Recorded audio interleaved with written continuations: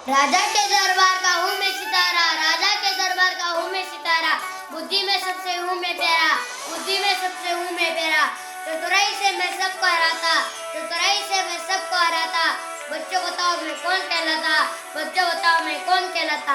हाँ सही जवाब तो मैं हूँ तेनाली रामा। तो मेरा नाम आदिनाथ सोलंकी है। मैं पोद्दार इंटरनेशनल स्कूल में दूसरी कक्षा में पढ़ता हूँ। आज मैं आपके सामने तेनालीराम की एक कहानी प्रस्तुत करने जा रहा हूँ। कई साल पहले विजयनगर नाम का एक राज्य था।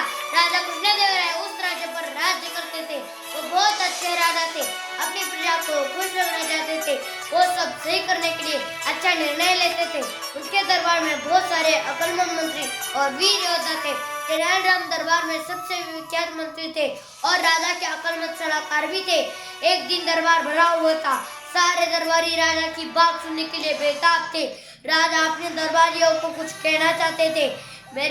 राजा ने कहा, मेरे दरबारियों और उपस्थित लोगों, बचपन में मुझे बताया गया और मैं उस जगह के बारे में सुना भी हूँ जो सबसे सुंदर और शांत प्रिय जगह है।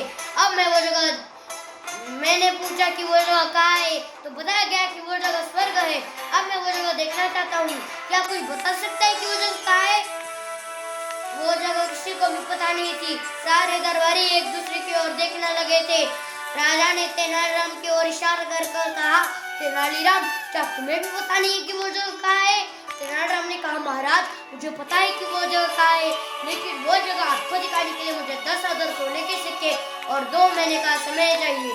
तेनालीराम की इस बात पर सारे दरबारी हंसने लगे, लेकिन महाराज कृष्णदेवराय ने उनको शांत होने के लिए कहा, क्योंकि तेनालीराम बिना कुछ सोचे समझे कुछ नहीं कहता।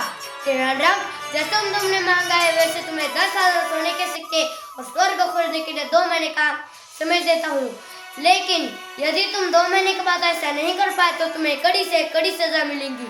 क्या तुम सहमत हो? तेनालीराम ने कहा, महाराज, मैं सहमत हूँ। देखते ही देखते 2 महीने बीत गए।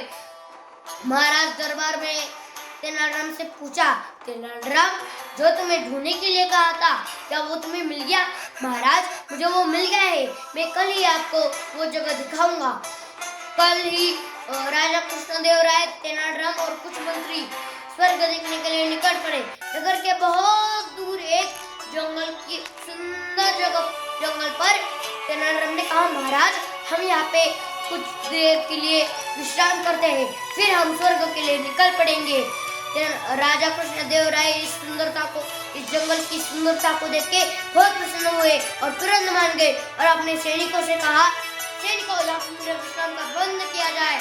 थोड़ी ही देर में सैनिकों ने राजा के विश्राम का प्रबंध किया और राजा तेनालीराम से जलने वाले मंत्रियों से बार बार पूछने लगे कि तेनालीराम ने मुझे इस जगह के बारे में पहले क्यों नहीं बताया था।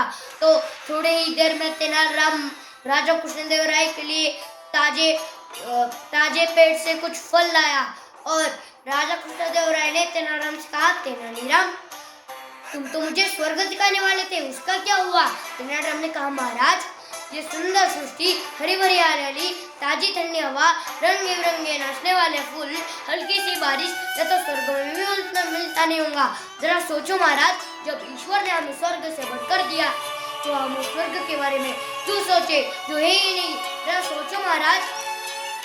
तेनालीराम की इस बात पर महाराज कृष्णदेवराय और प्रसन्न हुए और कहा कि तेनालीराम, तुमने जब वो 10,000 सोनों के सिक्के से क्या किया?